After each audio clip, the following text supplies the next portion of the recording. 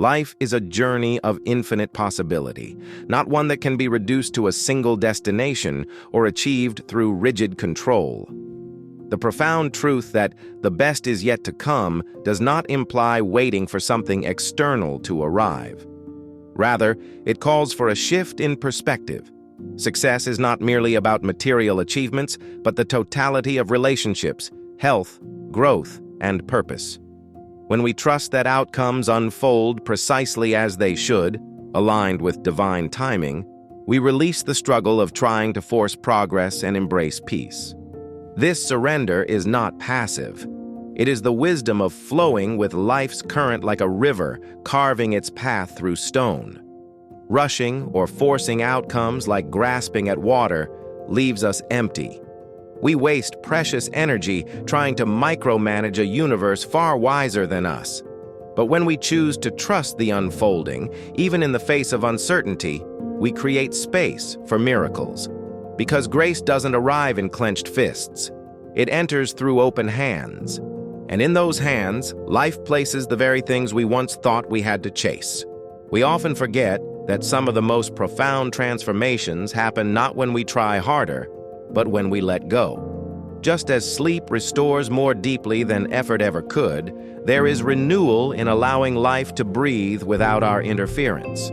Trust, then, becomes an act of alignment, not with what we want, but with what we're truly here to become.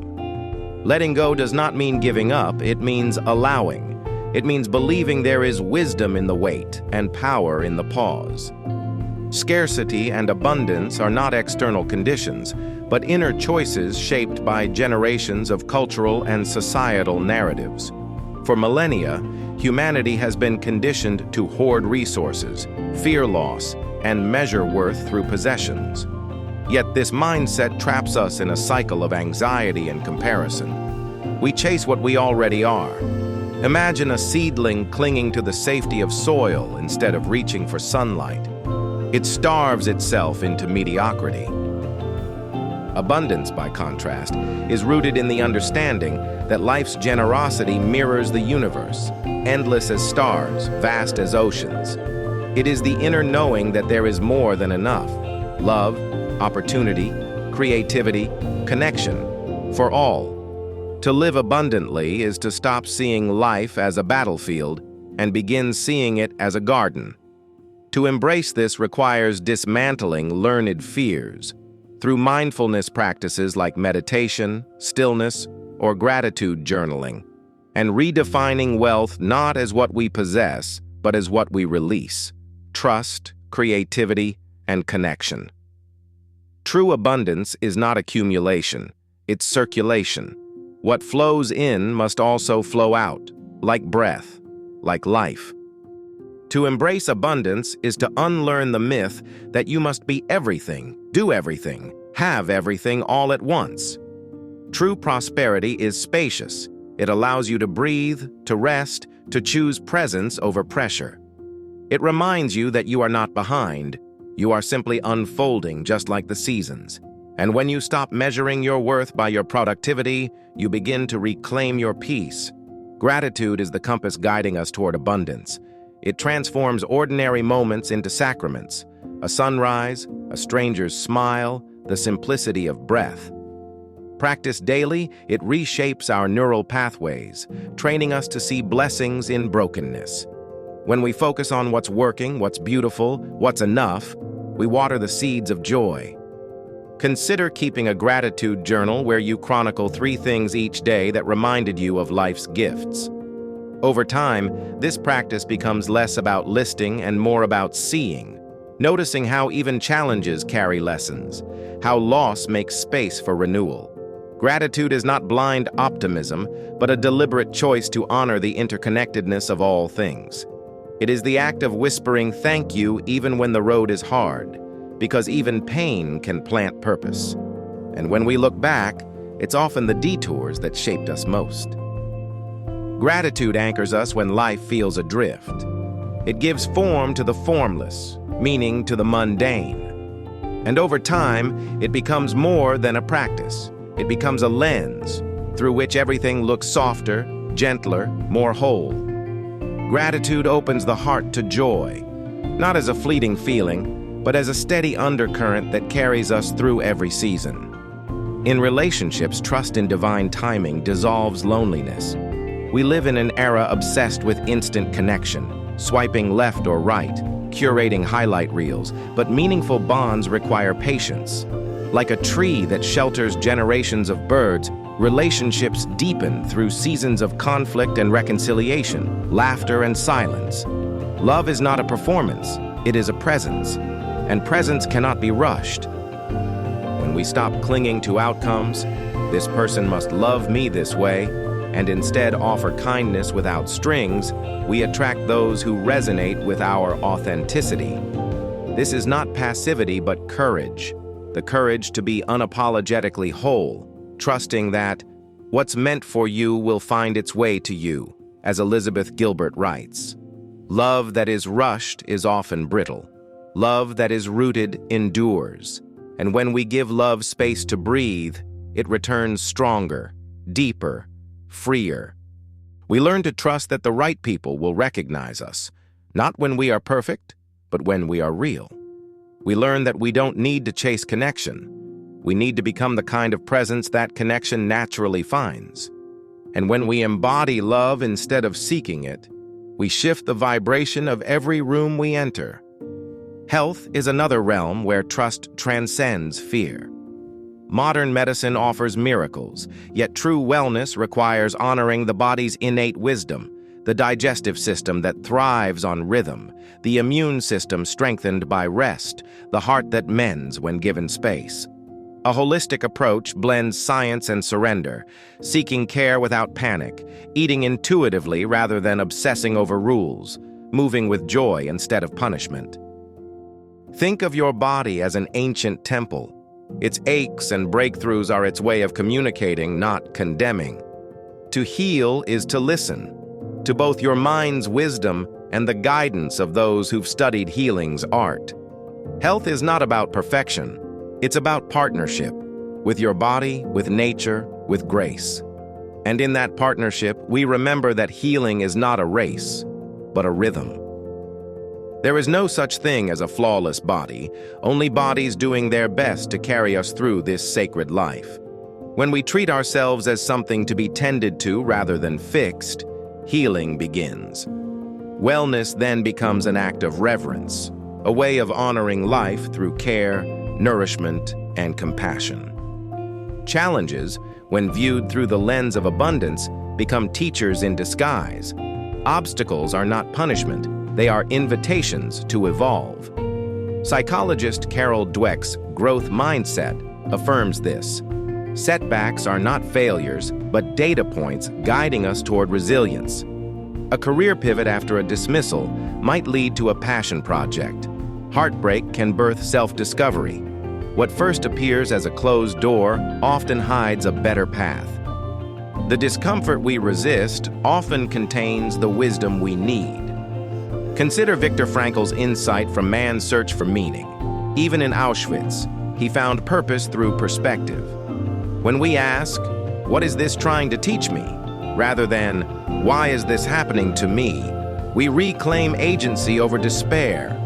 Pain becomes a portal, and through it, we become more whole, not more broken. Every hardship becomes part of the tapestry, a thread contributing to a larger sacred design. Even the moments we'd never choose often contain what we most needed. In time, even wounds become windows, letting in light where we once thought we had only darkness. Each trial we endure gives us the language to comfort others. Our scars become our signatures of strength. Courageously embracing uncertainty means dancing with life's unknowns. This isn't reckless abandon, but a sacred trust in one's intuition and values. Entrepreneurs who pivot their businesses mid-course, artists who create without guarantees, activists who fight for justice despite risk, they all share this quality. Faith in the path they're shaping, not just the one they planned. The poet Mary Oliver asks, "Tell me, what is it you plan to do with your one wild and precious life?" The question isn't rhetorical. It's a call to live fully, even if the road is unclear. We do not need to know every step to begin. We only need to begin. Life responds to movement. Faith is not knowing the outcome. It is choosing to move anyway. There is bravery in stepping into the fog with only the next step visible. But it is often in those moments, when nothing feels certain, that everything becomes real. That's when life speaks to us, not through answers, but through aliveness. Finally, fulfillment is a verb, not a destination. It emerges when we stop chasing some idealized future and instead engage fully with the present. The taste of morning coffee, the warmth of a hug, the quiet triumph of showing up when it's hard. Spiritual teacher Eckhart Tolle calls this the power of now. And in that now, everything exists. Joy, healing, wholeness. To live abundantly is to recognize that joy is not found in possessions or accolades, but in alignment with your values, with others, and with the universe's unfolding grace. Your life is not behind you or ahead of you. It is with you. Now, in the breath you're taking, in the moment you stop to feel it. Some of life's richest moments are so small, they're easy to miss. But when we live with awareness, we see the divine in the details, and suddenly, the mundane becomes magical. The moment becomes the miracle. In the end, life asks only this, that we trust its flow, to plant seeds without obsessing over harvests, to love without demanding returns, to journey without maps. This is not passivity, but profound activism for peace. When we stop fighting against time and fear, we discover that the best was never waiting.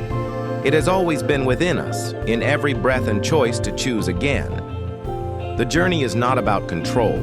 It's about connection. It's not about having all the answers. It's about listening for the right questions. And it's not about reaching a finish line.